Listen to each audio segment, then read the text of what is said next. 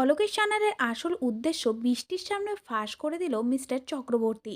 হ্যাঁ বন্ধুরা, সাথে ধারাবাহিকে দুর্দান্ত পর্বে আমরা এমনটাই দেখতে পারবো।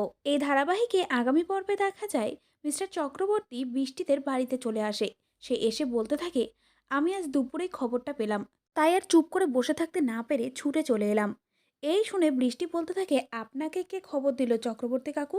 যা শুনে উকিল মশাই বলতে থাকে, আমাকে মিস্টার অলোকেশ সান্যাল খবরটা দিল। এই শুনে বৃষ্টি অবাক হয়ে যায়।